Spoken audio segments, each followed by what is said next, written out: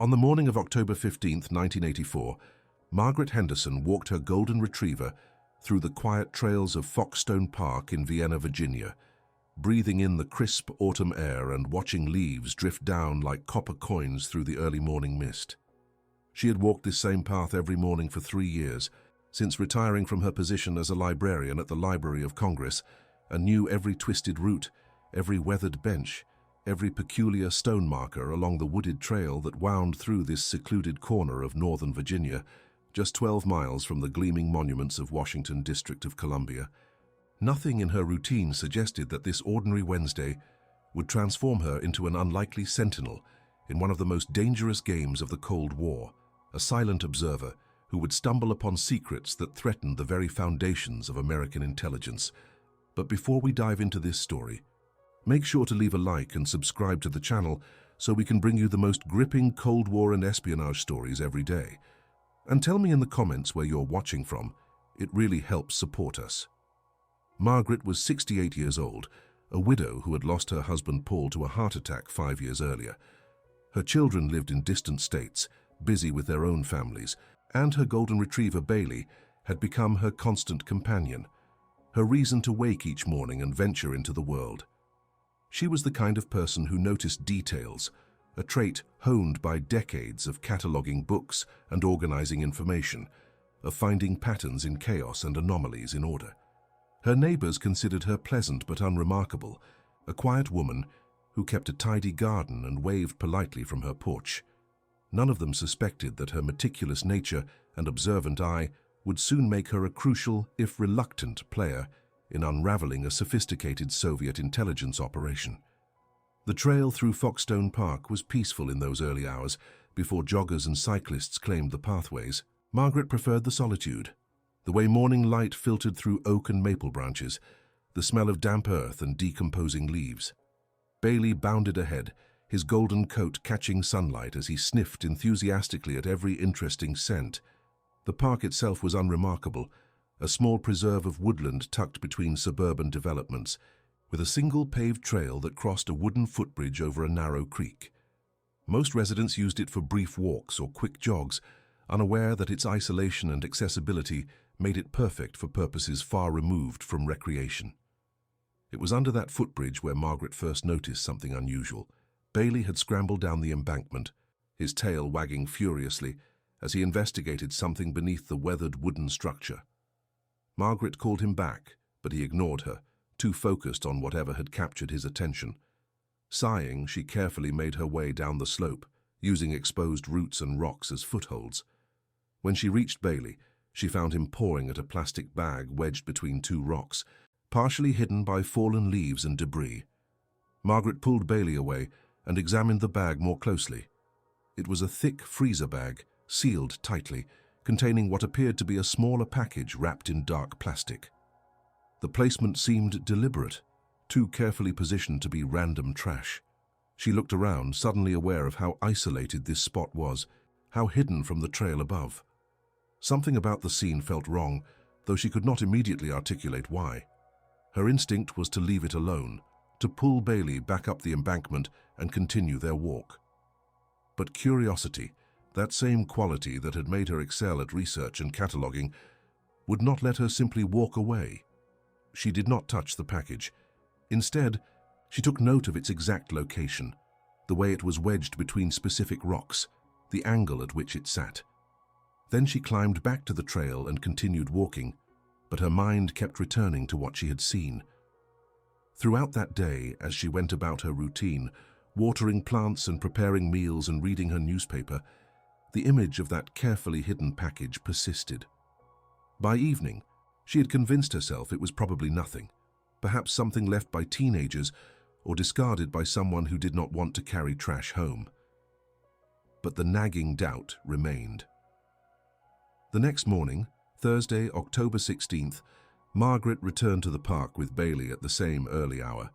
She told herself she was simply maintaining her routine, but she knew she wanted to check the footbridge again. When they reached it, she let Bailey explore while she casually glanced down at the spot where she had seen the package. It was gone. In its place, the rocks had been slightly disturbed, and a few fresh scuff marks in the dirt suggested someone had recently climbed down to retrieve something. The discovery sent a chill through her that had nothing to do with the morning temperature. Margaret continued her walk, but now she paid closer attention to her surroundings. She noticed a car parked at the trailhead that she had not seen before, a dark sedan with diplomatic plates. She memorized the number sequence, another habit from her library days when she had helped researchers track down obscure references. The car was still there when she completed her circuit 30 minutes later, though she saw no one around it. She filed the information away, unsure what it meant, but certain it meant something. Over the following weeks, Margaret began to notice patterns. Every Thursday morning, the same scenario repeated itself. By Wednesday evening or early Thursday morning, a package would appear under the footbridge. By later Thursday morning, it would be gone.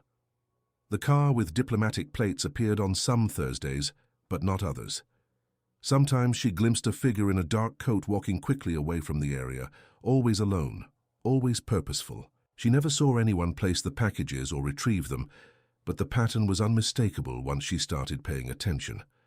Margaret Henderson was not a spy, had never worked in intelligence, had no training in surveillance or counterintelligence, but she had spent 40 years as a research librarian, and she understood patterns. She understood that unusual behavior in consistent patterns suggested intentional activity, and she understood, with growing certainty, that what she was witnessing was not innocent. The question was what to do about it. This was 1984, the height of Cold War tensions. President Ronald Reagan had recently called the Soviet Union an evil empire. The previous year had seen heightened nuclear fears after the United States deployed Pershing missiles in Europe and the Soviets walked out of arms control talks. Newspaper headlines regularly featured stories about espionage and international intrigue. Margaret was not naive about the world. She read the newspapers, watched the evening news, understood that Washington and its surroundings hosted not just American government operations, but also embassies and diplomats from nations that did not always have America's best interests at heart. The diplomatic plates on the car she had seen suggested foreign government involvement.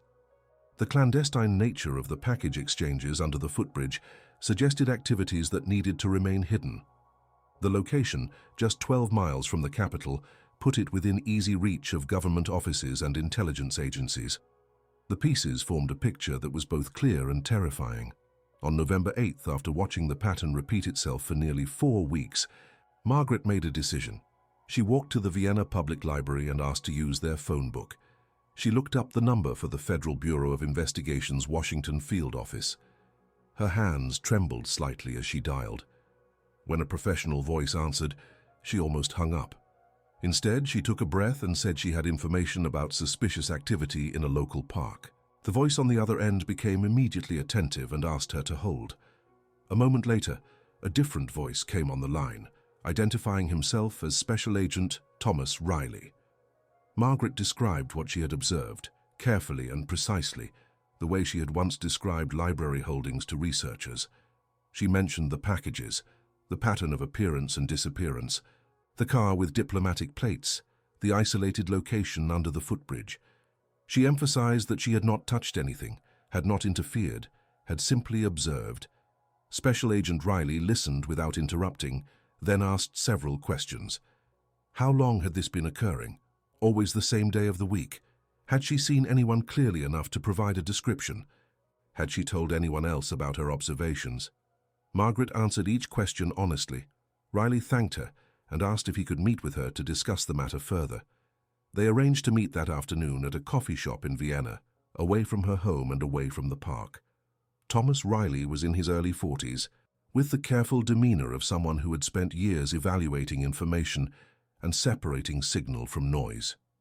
He arrived at the coffee shop exactly on time, ordered black coffee, and sat across from Margaret in a corner booth. He showed her his credentials and a business card, then pulled out a small notebook. For the next hour, he asked her questions, making her go through her observations multiple times, asking for specifics about dates and times and details. He asked her to draw a map of the footbridge area, to mark where she had seen the packages, to describe the car and any people she had glimpsed. Margaret answered everything as accurately as she could. Appreciating his thoroughness, even as she felt increasingly anxious about what she had stumbled into. Finally, Riley set down his pen and looked at her directly. He told her that she had observed something significant, something the Bureau needed to investigate further. He could not tell her details, but he needed her to understand that what she had seen could be related to national security matters. He asked if she would be willing to continue her normal routine, to keep walking Bailey through the park at the same time each morning, and to quietly observe and report anything she noticed. He emphasized that she should not take any action, should not approach anyone, should not tell anyone about their conversation. She should simply be his eyes in a place where the Bureau could not easily maintain constant surveillance without being noticed. Margaret felt fear coil in her stomach. She had expected to report what she had seen and then be done with it, to hand off the responsibility to professionals and return to her quiet life. Now this agent was asking her to actively participate in whatever investigation was unfolding, but even as fear whispered that she should decline, should walk away, another part of her, the part that had always been drawn to puzzles and truth, felt a pull of purpose she had not experienced since Paul's death. She thought about the Cold War, about the stakes involved, about the fact that she was in a unique position to help. She thought about the servicemen and women who put themselves at risk, about the intelligence officers who worked in shadows to keep the country safe. Could she really say no when she could contribute something, even something small? She agreed. Riley gave her a phone number where she could leave messages at any hour. He instructed her on what to look for and how to report it, emphasizing again that she should take no action that might put her at risk or alert anyone to her observations. They discussed cover stories in case anyone asked why she seemed to be paying attention to the park. They agreed she would continue to simply be a regular dog walker, someone whose presence was so routine it became invisible. Riley thanked her, told her she was doing a service to her country, and left the coffee shop 10 minutes before she did. Margaret sat alone with her cooling coffee, wondering what she had just committed herself to. The next Thursday, November 15th, Margaret walked through Foxstone Park as usual. She let Bailey explore and play, while she casually noted that a package had appeared under the footbridge overnight. She completed her walk, returned home, and called the number Riley had given her. She left a brief message using the code phrase they had agreed upon. She felt ridiculous, like a character in a spy novel, but she did exactly as instructed. That afternoon, Riley called her home phone and thanked her for the information. He asked if she had noticed anything else unusual, any people or vehicles. She described a jogger in a grey sweatshirt who had passed her on the trail, someone she had not seen before. Riley took note and thanked her again. Over the following months, the pattern continued.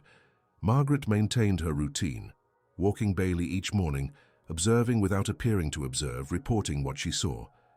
The packages appeared and disappeared like clockwork. Sometimes she noticed people in the area who seemed out of place, too well dressed for hiking, too purposeful in their movements. She reported these observations faithfully. Riley occasionally met with her, always in different locations, always careful, always asking detailed questions.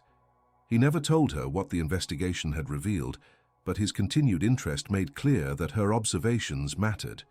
What Margaret did not know, could not know, was the scale of what she had discovered. The packages under the Foxstone Park footbridge were part of a dead drop, a classic espionage technique where one person leaves material at a prearranged location for another person to retrieve later, eliminating the need for direct contact that might be observed by surveillance teams. The technique had been perfected during World War II and remained a staple of Cold War espionage precisely because it was so difficult to detect. A dead drop could be anywhere, could be disguised as anything, and required watchers to be in exactly the right place at the right time to observe activity that lasted mere seconds. The FBI had been aware that Soviet intelligence services were running operations in the Washington area. That knowledge was nothing new. What they did not know was the location of specific dead drops or the identity of all the individuals involved in various spy rings. Margaret's observations gave them a specific location to monitor, a pattern to analyze, a thread to follow. Over the winter of 1984 to 1985, FBI surveillance teams carefully documented activity at the Foxstone Park drop site. They photographed individuals approaching and leaving the area. They noted license plates and vehicle descriptions. They carefully retrieved and examined packages after they were placed, but before they were picked up, documenting contents and replacing them exactly as found. They built a picture of a sophisticated operation involving multiple individuals. Margaret knew none of this.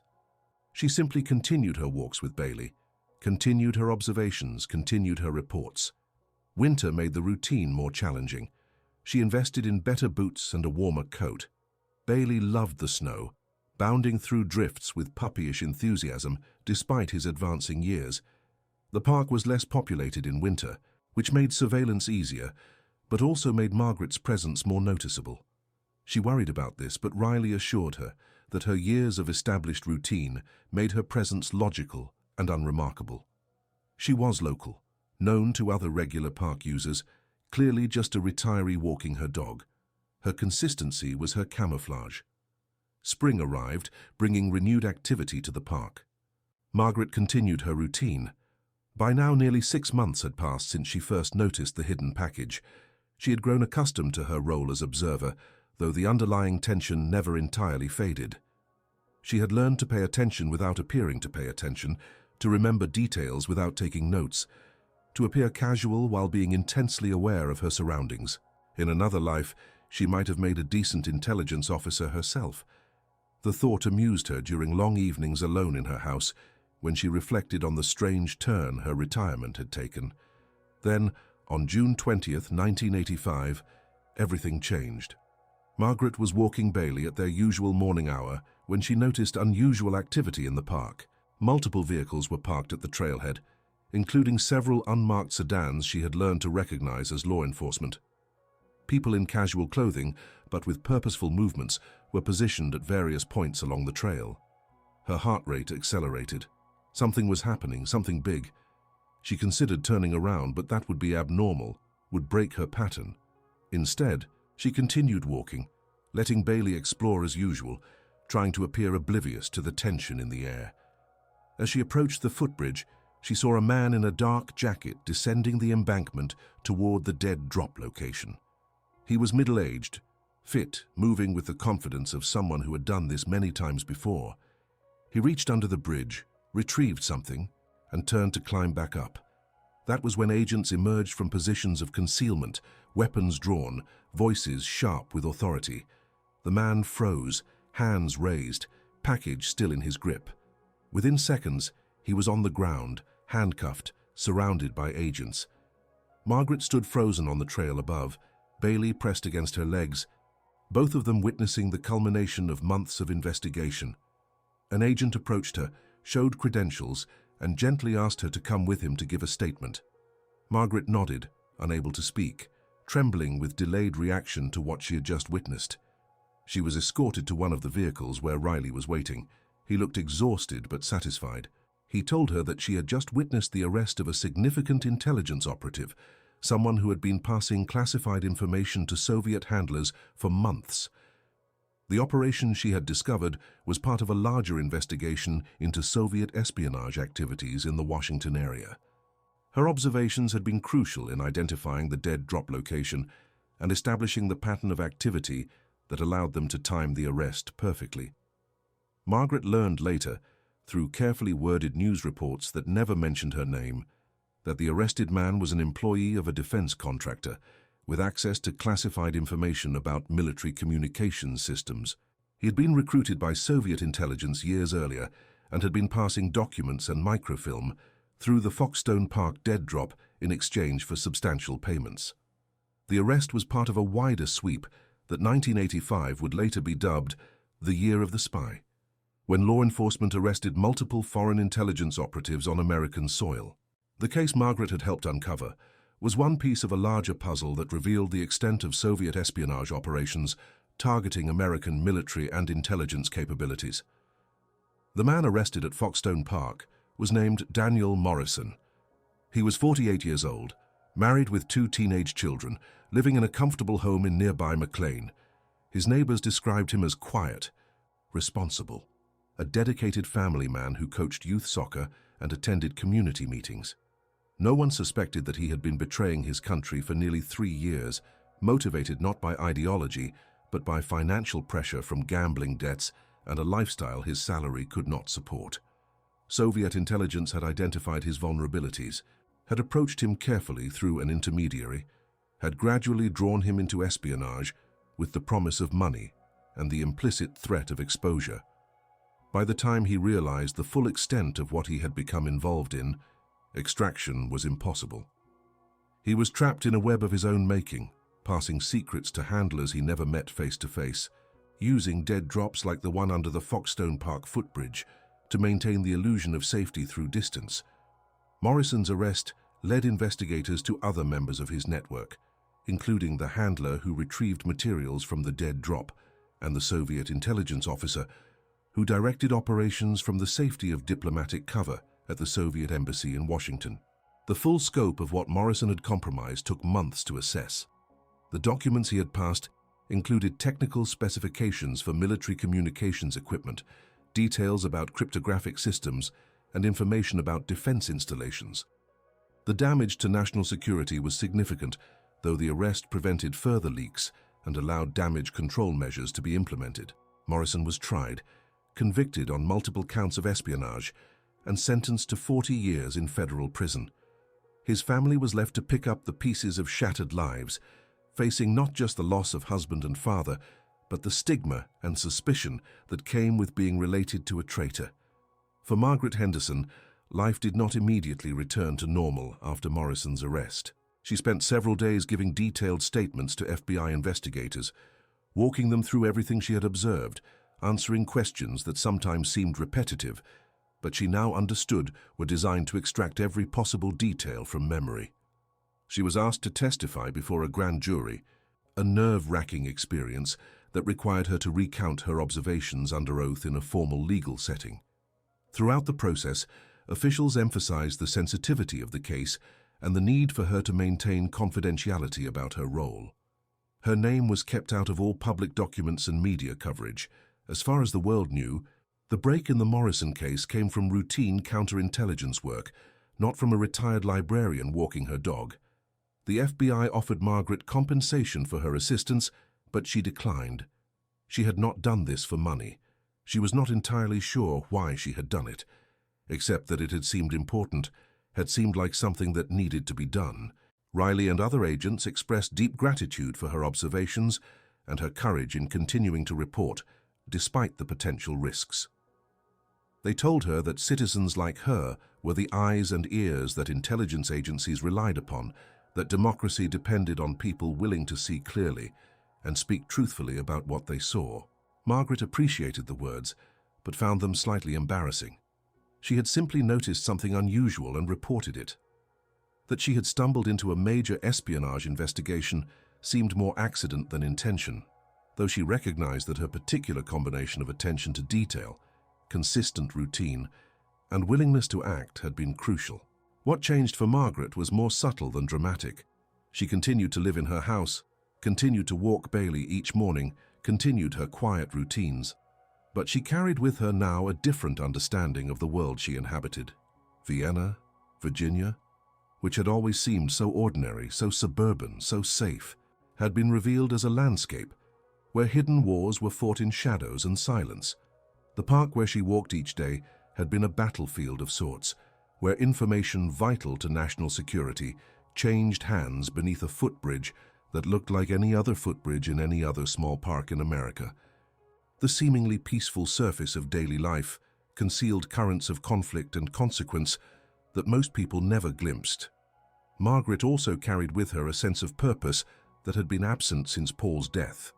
For months, she had been part of something larger than herself, had contributed to something important. The role had been small, had involved nothing more dramatic than observing and reporting, but it had mattered. Intelligence officials had thanked her and meant it. A spy had been caught because she had noticed patterns and been brave enough to report them. In the landscape of Cold War espionage, where successes were rarely publicized and heroes rarely named, she had played a genuine, if anonymous, part. Bailey grew older, moving more slowly on their morning walks, But Margaret maintained the routine until the day in 1989 when old age finally claimed her faithful companion. She buried him in her backyard beneath a flowering dogwood and grieved as one grieves the loss of a true friend. For several weeks she struggled with whether to continue walking in Foxstone Park without him. The place held complicated memories now. Beauty and normalcy intertwined with tension and purpose. Eventually she resumed the walks, finding that she needed the routine, needed the connection to those months when she had been not just a lonely widow, but an active participant in protecting her country. The Cold War ended with stunning rapidity in the years that followed. The Berlin Wall fell in November 1989, a moment Margaret watched on television, with tears streaming down her face, thinking about all the years of conflict and fear, all the lives spent in service of opposed ideologies, all the secrets passed in darkness that had seemed so vital.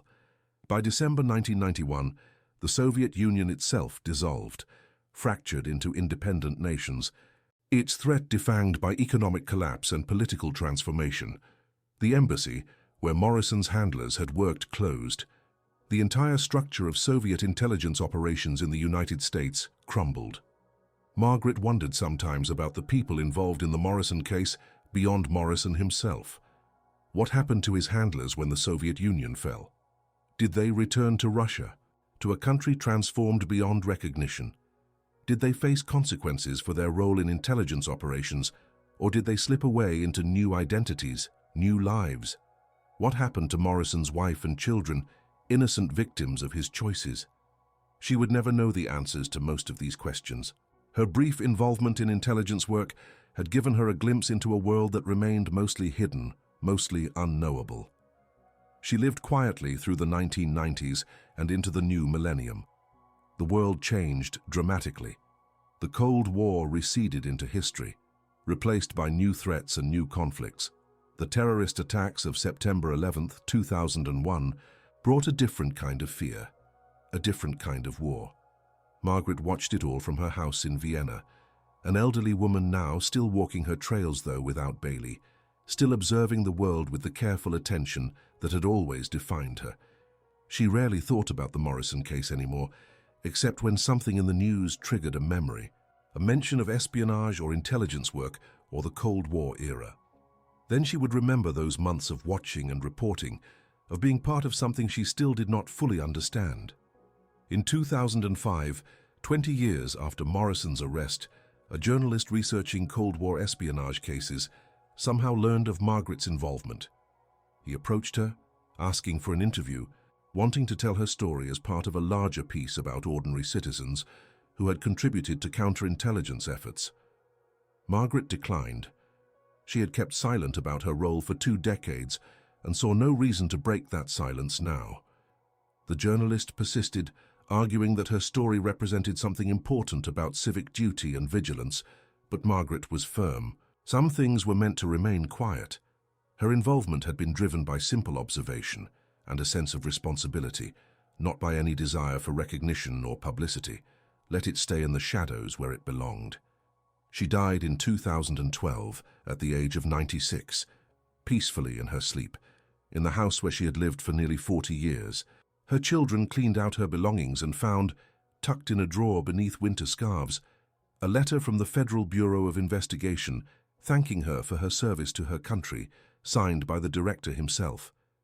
They had never known about her involvement in the Morrison case, had never suspected their quiet mother had once been part of unraveling a Soviet spy ring. The letter puzzled them, but they filed it with other papers and eventually donated it to the local historical society, along with other family documents. It remains there now, a footnote in someone's archive, a small mystery in the official record. The Morrison case itself became a footnote too, one of many espionage arrests during the Year of the Spy, a year that saw the exposure of numerous intelligence operatives working for the Soviet Union on American soil. Historians who study that period note the cases as evidence of the extent and sophistication of Soviet intelligence operations, as examples of the vulnerabilities in American security systems, as cautionary tales about the consequences of betrayal. Few of these histories mention the role of ordinary citizens in detecting and reporting suspicious activity. The narrative of counterintelligence work tends to focus on professional investigators, on sophisticated surveillance techniques, on the work of trained agents. Margaret Henderson's story does not fit neatly into that narrative, and so it remains largely untold. But her story, like the stories of countless other ordinary people who have contributed to security efforts in small but crucial ways, deserves recognition. Margaret Henderson was not a spy, not an agent, not a professional in any sense. She was a retired librarian who walked her dog each morning and noticed patterns that did not fit. She saw something unusual and had the courage and civic responsibility to report it. She continued to observe and report even after understanding that what she had stumbled upon involved matters of national security and potential danger. She asked for nothing in return and maintained silence about her involvement for the rest of her life. In an age that often celebrates loudness and self-promotion, her quiet service represents something increasingly rare. Duty performed without expectation of recognition, contribution made simply because it was the right thing to do. The Foxstone Park footbridge still stands today, weathered by decades of rain and snow, crossed daily by joggers and dog walkers who have no idea of its history. The creek beneath it flows as it always has, clear water over smooth stones, indifferent to human dramas. The park remains a quiet refuge from suburban development, a small patch of woodland where people can walk trails and breathe fresh air and forget for a moment about the complexities of the modern world. Nothing marks the spot where packages were once hidden and retrieved, where secrets changed hands in darkness, where a spy was finally arrested. The location is known to historians and intelligence professionals, appears in files and reports locked away in archives, but to casual visitors, it is simply another footbridge in another park, notable for nothing in particular. Yet that ordinariness is precisely the point. The landscapes of espionage are rarely dramatic. They are subway stations and park benches, hotel lobbies and street corners, the everyday places where people go about their lives unaware that hidden wars are being fought around them. Margaret Henderson understood this truth in a way most people never have to. She understood that vigilance means paying attention to the ordinary, noticing when patterns deviate from normal, having the wisdom to recognize that something seemingly small might be significant. She understood that protecting a nation requires not just military might and intelligence agencies, but ordinary citizens willing to see clearly and speak truthfully about what they see.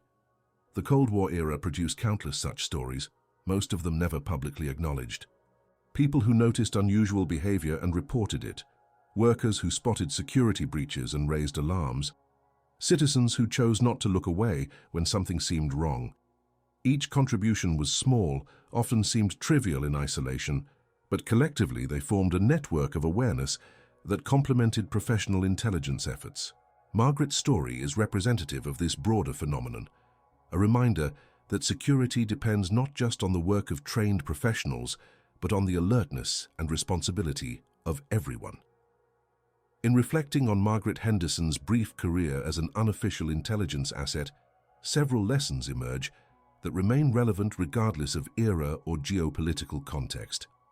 First, the importance of establishing routines cannot be overstated. Margaret's years of walking the same route at the same time each day made her a perfect observer, precisely because her presence became background noise, expected, and therefore invisible. Second, attention to detail matters. Most people walk through their daily environments without truly seeing them. Margaret's training as a librarian had taught her to notice details, to recognize patterns, to understand that information is meaningful only when properly organized and contextualized. Third, courage is not always dramatic. Margaret did not perform any action that would be celebrated in movies. She simply noticed something unusual and reported it, then continued to observe and report, despite understanding the potential implications. That quiet persistence in the face of uncertainty required its own form of bravery. Fourth, the most effective security systems integrate multiple layers of observation and response. Professional intelligence agencies are essential, but cannot be everywhere simultaneously. They depend on information from various sources, including observant citizens who notice anomalies in their daily lives. Margaret's observations did not replace professional investigation, but enabled it, providing specific information about location and pattern that allowed agents to focus their resources effectively. Finally, some contributions are most effective when they remain unacknowledged. Margaret's anonymity protected her from potential retaliation and allowed her to continue living her life without the complications that public recognition would have brought. Her silence after the Morrison arrest was not modesty, but security, a recognition that some service is best performed away from spotlights and public acclaim. The Morrison case and Margaret's role in uncovering it also illuminate broader aspects of Cold War espionage dynamics. The use of dead drops reflected sophisticated tradecraft developed over decades of intelligence operations. By eliminating direct contact between operatives and handlers, dead drops reduced the risk of surveillance detection. The technique required careful planning, precise timing, and disciplined execution. Morrison had been trained in these methods, had practiced them until they became routine. What he could not account for was a detail-oriented retiree walking her dog at the same time each morning, someone whose consistency and observation made her the perfect unintended sentinel. The fact that Morrison was motivated primarily by money rather than ideology was typical of many American spies during the Cold War. While earlier periods of espionage had featured individuals driven by communist sympathies or political convictions, the 1980s saw an increase in cases where financial problems or personal vulnerabilities drove people to betray their country. Soviet intelligence services exploited these weaknesses expertly, identifying individuals with access to valuable information and financial pressures, then offering solutions that seemed harmless at first, but gradually entangled targets in compromising relationships from which escape became impossible. Morrison's gambling debts made him vulnerable. His initial agreement to pass some relatively innocuous information for what seemed like easy money was the first step down a path that ended in federal prison. The Year of the Spy, 1985, represented both a crisis and a turning point in American counterintelligence efforts. The sheer number of espionage arrests that year shocked the public and intelligence community alike. Cases involving John Anthony Walker, Ronald Pelton, Jonathan Pollard, and others revealed systematic compromises of sensitive information across multiple agencies and branches of government. The cumulative damage was staggering. Communication security had been compromised. Intelligence sources had been exposed. Military capabilities had been revealed to adversaries. The Morrison case was one among many, but each case represented its own tragic story of betrayal and consequence, its own web of damaged relationships and shattered trust. For Margaret Henderson, the Morrison case was both the most exciting and most troubling period of her later life. Exciting because it gave her purpose and made her feel connected to important events. Troubling because it forced her to recognize how much danger existed beneath the surface of ordinary life, how thin the line was between peace and conflict, how easily trust could be betrayed. She had grown up during World War II, had lived through the entire Cold War, but those conflicts had always seemed distant, fought in other places by other people. The Morrison case brought the war home, made her understand that the conflict between competing systems and ideologies played out not just in Berlin or Moscow or distant capitals, but in her own neighborhood park, 12 miles from the White House. After the Cold War ended and the Soviet Union collapsed, Margaret sometimes wondered whether her contribution had mattered in the larger scheme of things. The system she had helped defend had prevailed, but not because of military victory or intelligence triumphs. It had prevailed because of economic exhaustion and political transformation within the Soviet system itself. Would history have been different if Morrison had not been caught? Probably not. One spy more or less did not determine the outcome of decades-long conflict, but in another sense, every compromise of security mattered. Every piece of classified information that reached Soviet hands gave them advantages in negotiations and planning. Every source exposed was a person who paid with their life. Every security breach required countermeasures that diverted resources from other purposes. Individually, Margaret's contribution might seem small. Collectively, along with the contributions of countless others who worked in various capacities to protect national security, it formed the foundation upon which larger strategies rested. The Foxstone Park footbridge was later designated as a historical site in an internal FBI catalogue of significant counterintelligence locations, though no public marker indicates its history. Intelligence professionals who study Cold War espionage methods sometimes visit the site as part of training exercises, examining the location and discussing why it was effective as a dead drop, isolated enough for clandestine activity but accessible enough for routine use, positioned along a trail where occasional visitors would not seem suspicious, featuring natural concealment that allowed packages to be hidden with minimal preparation. The site is studied not as a tourist attraction, but as an educational resource, an example of how geography and routine can be exploited for clandestine purposes. Margaret never knew about this designation. She would have found it amusing and perhaps slightly embarrassing that the place where she walked her dog had become a teaching tool for intelligence professionals. But she would have appreciated the practical recognition of how ordinary places can host extraordinary events, how the landscapes of daily life contain hidden histories that shape broader narratives in ways rarely acknowledged. Her own role in that history remained obscure by her choice and by design, but the impact of her observations rippled through investigation and prosecution, through damage assessment and security improvements, through the quiet victory of catching a spy who thought himself secure in his clandestine routine. And that concludes our story. If you made it this far, please share your thoughts in the comments. Don't forget to subscribe for more incredible stories, and check out the video on screen. I'm sure you'll enjoy it. See you next time.